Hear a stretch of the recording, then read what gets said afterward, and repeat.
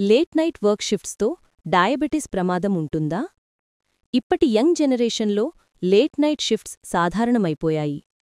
కానీ ఈ రాత్రివేళల పనినిద్ర మాత్రమే కాదు, మీ శరీర హార్మోన్ల మొత్తం సిస్టమ్ను కూడా మార్చేస్తుందన్న విషయం చాలామందికి తెలియదు. మన శరీరానికి ఒక న్యాచురల్ క్లాక్ ఉంటుంది, సర్కేడియన్ రిథమ్.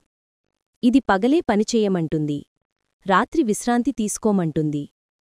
కాని మీరు రాత్రంతా మెలకువగా ఉంటే ఈ క్లాక్ పూర్తిగా గందరగోళమవుతుంది.